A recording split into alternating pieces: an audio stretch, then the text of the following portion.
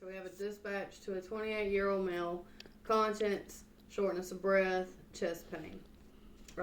So first I'm going to make sure that my scene is safe and call for ALS support because I'm only an EMT basic.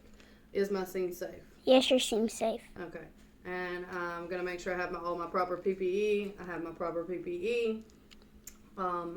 And obviously my nature of illness is going to be chest pain, shortness of breath.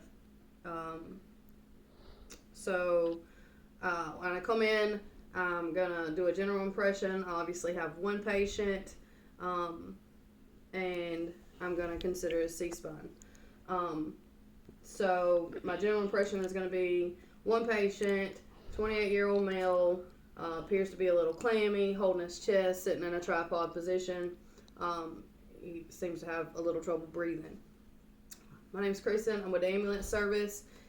Can you tell me what you have going on today? Tightness in my chest and numbness in my arm. All right, and I'm going to ask you a couple questions if that's okay.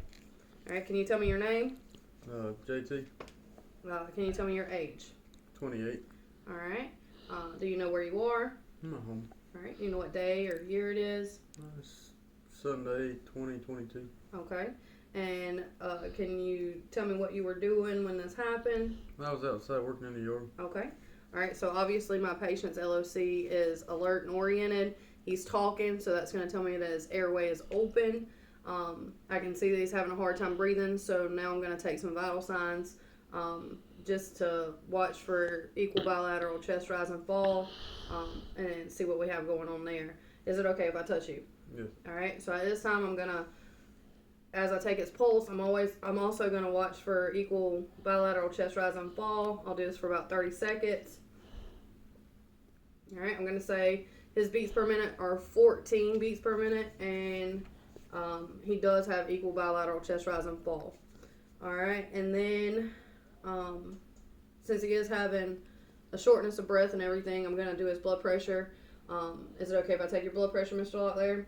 Say his blood pressure is 210 over 104. We know that's kind of high. I'm going to listen for lung sounds.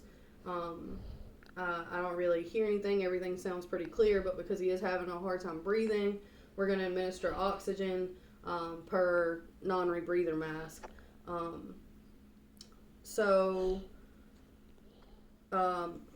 This obviously tells me that this patient's going to be a load and go. He's having chest pains. So while we wait on ALS support, I'm going to do a little history taking. So you said you were outside when this started. What exactly were you doing? I was raking the yard. Raking the yard. And did it come on all of a sudden, or? Yeah, it just started all of a sudden. All right, and you said it's in your chest and your left shoulder? It goes all the way down to my hand. And all the way down to your left arm? All right, so that's kind of tell me that he's possibly having a heart attack. So, is there anything that you do that makes it feel any better or worse, Mr. Locklear? Just sitting down. Just sitting down, and it's worse when you stand up and move around? Mm-hmm. Okay.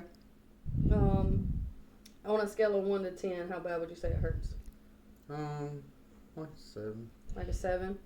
All right. And you said the pain moves all the way down your left arm? Mm-hmm. All right. And about how long ago did this start? About 20 minutes ago. About 20 minutes ago. All right. I'm going to ask you a couple questions about you, if that's okay. You have any allergies to anything? Penicillin and sulfate. You have allergies to penicillin and sulfate.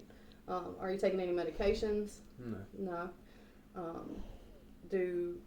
Does anybody in your family have any heart disease, respiratory issues, anything like that? Yeah, got heart disease. Heart disease. All right. And when's the last time you ate? About 4 hours ago. Okay. What'd you eat? Pork chops. Pork chops.